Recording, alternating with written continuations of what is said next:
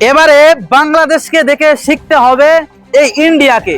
কারণ এই ভারতবর্ষের মধ্যে যেভাবে সুদ, ঘুষ, যেভাবে একের পরে এক ঢালাইভাবে মদের লাইসেন্স যেভাবে দিয়ে চলেছে, আজকের এই বর্তমান পরিস্থিতি দেখতে গেলে যেভাবে দিনের পর দিন শিক্ষার হার যেভাবে আজকের নিচের দিকে চলে যাচ্ছে, নিচের স্তরের দিকে চলে যাচ্ছে, সেদিকে কিন্তু খেয়াল নেই। হ্যাঁ, দিচ্ছে একাধিক প্রকল্প, একের পর এক প্রকল্প কিন্তু বাড়িয়ে চলেছে, কিন্তু শিক্ষার মান কোথায়? দেখতে গেলে সব থেকে নিচের স্তরের ধাপে কিন্তু রয়েছে শিক্ষার মান। আজকে বাংলাদেশকে যদি দেখা যায়, বাংলাদেশকে যদি লক্ষ্য করা যায়, বাংলাদেশ যেভাবে ছিল আগে, সেই বাংলাদেশ কিন্তু আজকের পরিবর্তন হয়ে গেছে। তারা এমন এক স্বচ্ছ নেতা পেয়েছে, এমন এক স্বচ্ছ এমপি তারা পেয়েছে, যে এমপি দ্বারা, যে নেতার দ্বারা বাংলা পরিবর্তন হবে, সমাজ পরিবর্তন হবে, সেই নেতা কিন্তু আজকের বাংলাদেশ তারা পেয়েছে। আমাদের ভারতবর্ষের দিকে লক্ষ্য করে দেখতে গেলে এমন একজন নেতা নেই, এমন একজন এমপি নেই যার দ্বারা সমাজ পরিবর্তন হবে। এই নিয়ে কিন্তু আজকের প্রশ্ন তুলেছেন, আজকের কিন্তু অভিযোগ তুলেছেন পশ্চিমবঙ্গ ওলামা বোর্ডের একজন ডিরেক্টর। এই প্রসঙ্গে তিনি কি বার্তা দিচ্ছেন শোনাবো আপনাদের। এটা অত্যন্ত গুরুত্বপূর্ণ প্রশ্ন করেছেন। আমি প্রথমত বলি, সমাজ সংস্কার বলতে আমরা কি বুঝি? রাস্তাঘাট একটু আলো লাগানোর নাম? তা কিন্তু নয়। আজকে আমি দেখতে বলবো, এই রাজ্যের বা ভারতবর্ষের প্রত্যেকটা নেতাকে অনুসরণ করতে বলবো যে আমাদের শিক্ষা নেওয়া উচিত। কিছু কিছু ক্ষেত্রে আমাদের শিক্ষা নিতে হবে। আজকে যুব সমাজকে আমি শিক্ষা নিতে বলবো। আজকে যে এমপিরা নতুন করে বাংলাদেশে যারা এমপি হয়েছেন, আমি কয়েকজনের নামও বলতে পারি। হাসনাত আবদুল্লাহ বলেন, বা আপনার মুফতি আমির হামজা, হাজি শরিয়াতুল্লাহ সাহেবের নাতি, এই রকম বহু এমপিরা হয়েছেন যারা সমাজে আজকে চাঁদাবাজি, আজকে লুটতরাজ, আজকে মদ জুয়া, সমাজকে সুন্দর ন্যায় প্রতিষ্ঠা করা, অন্যায়ভাবে কেস, অন্যায়ভাবে জুলুম, আজকের প্রশাসন না কাজ করা, সবের বিরুদ্ধে তারা যে রুখে দাঁড়িয়েছে, এটা অত্যন্তভাবে শিক্ষা নেওয়া দরকার।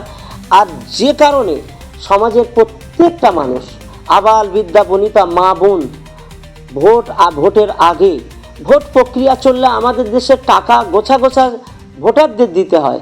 আর সেখানে ভোট প্রক্রিয়াতে যারা প্রচারে গিয়েছেন, এই রকম ছেলেগুলো, মুফতি আমির হামজার কথা বলি, আপনার হাসনাত আবদুল্লাহ সাহেবের কথা বলি, আরও বহুজন আছে, তাদের টাকা দেওয়ার জন্য মানুষ ছুটে গেছে যে এদের দ্বারায় পরিবর্তন পাবো সমাজে। আমাদের যদি পরিবর্তন না হয়, আমার ছেলেটা যদি মদখোর হয়ে যায়, আমার ছেলেটা যদি গাঁজাখোর হয়ে যায়, আমার ছেলেটা যদি জুয়াখোর হয়ে যায়, আমার ছেলেটা যদি হিরোইন পাত্তা খায়, আমার ছেলেটা যদি আবা খায়, আমার ছেলেটা যদি বিভিন্ন এখন সোশ্যাল ইন্টারনেটে যে বিভিন্ন রকম জুয়া চলছে, এই সমস্ত কাজে যদি যুক্ত হয়ে যায়, তা আমার সমাজ কোথায় যাবে? তারা তার বিরুদ্ধে যেভাবে দাঁড়িয়ে গেছে, সেই দাঁড়ানোতে আজকের বাংলাদেশের তাদের থেকে শিক্ষা নিতে হবে। সমাজের মানুষ যেন নতুন করে জীবন ফিরে পেয়েছে, আমাদের যুব সমাজকে এইভাবে ফিরে আসতে হবে।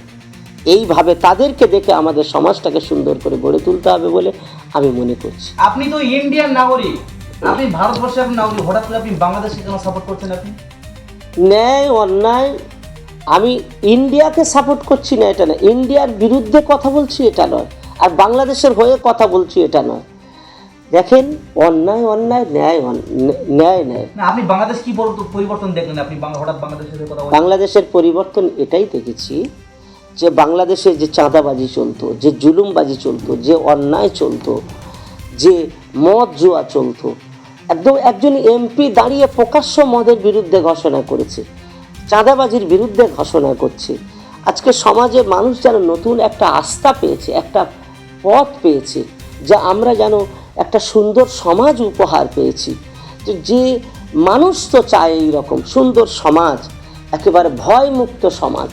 আজকে আমাদের এখানে ভয়মুক্ত সমাজ আছে কোথায়? দেখেন, চতুর্দিকে আমাদের এমন কোনো ঘর বাড়ি নেই পাড়ায় পাড়ায় খুঁজলে যে বাড়ির ছেলেটা মদ খাচ্ছে না।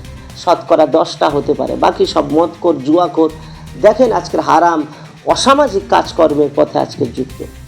তো সেই কারণেই আমি বলছি, আজকে সমাজ ভালো চাইলে সমাজে ভালো নেতৃত্বর প্রয়োজন। সেই জন্য আমি দৃষ্টান্ত হিসাবে বাংলাদেশকে টেনেছি। তাহলে আপনি মনে করছেন ইন্ডিয়ার মধ্যে যত রকম খারাপ কাজকর্ম সব চলছে এই ইন্ডিয়ার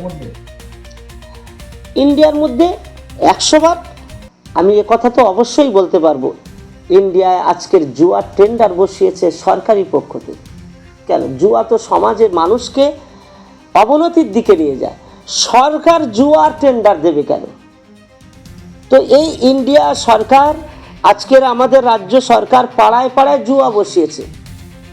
তো এই জুয়া মানুষকে কত ক্ষতির দিকে নিয়ে যেতে পারে? জুয়া কখনো, আমি চ্যালেঞ্জ করে দেখিয়ে দেবো, জুয়া কখনো মানুষকে লাভবান করে না। তো সেই জুয়া সরকারিভাবে কিভাবে প্রজেক্ট হতে পারে? মদ সরকারিভাবে কিভাবে প্রজেক্ট হতে পারে? আজকে জুলুম অত্যাচার থেকে শুরু করে এক এক করে বলবো, এই রকম বহু দেশ আছে যারা জুয়া মুক্ত দেশ, মদ মুক্ত দেশ। এই রকম সমাজ যদি গড়ি, তাহলে এই সমাজে নারীরা হেঁটে যাবে, চোখ তুলে তাকাবার কেউ থাকবে না। আজকে কি হচ্ছে? আজকে বিভিন্নভাবে আমরা তাকালে দেখব আমাদের ঘরের ছেলেগুলোকে আজকে খারাপ দিকে আজকে একটা শ্রেণী নিয়ে চলে যাচ্ছে। সেই কারণে আমার বলার উদ্দেশ্য, অন্য করো না। আমার দেশ, এই দেশ অনেক সুন্দর দেশ। এই দেশকে আরও সুন্দর করে তুলতে গেলে সমস্ত অপরাধগুলো আমাদের থেকে দূরে সরাতে হবে, এটাই আমি বোঝাতে চাইছি। বাংলাদেশের মতো দেশ পরিবর্তন করতে গেলে আমাদের ভারতবর্ষের মধ্যে কি রকম নেতৃত্বের প্রয়োজন, যাতে করে এই ভারতবর্ষ এবং বাংলাদেশের মতো পরিবর্তন হতে পারে? কি রকম নেতৃত্বের প্রয়োজন?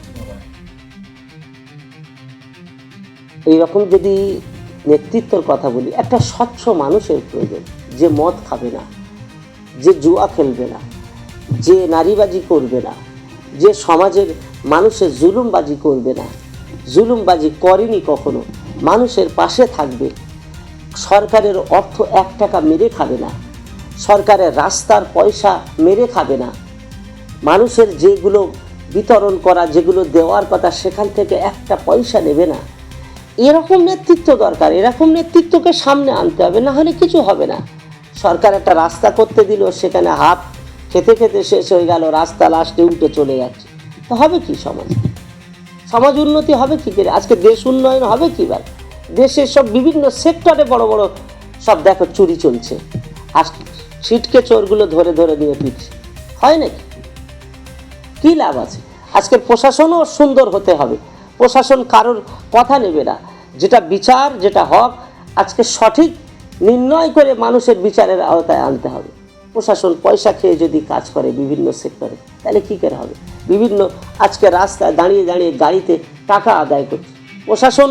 কেন রাস্তায়? আমরা তো রাত্রেবেলা ঘুরি, আজকে বিভিন্ন সব লরিওয়ালারা অন্যায় করবে, টাকা নেবে, তাহলে টাকার বিনিময়ে অন্যায় করা চলে? এটা কোন সমাজ?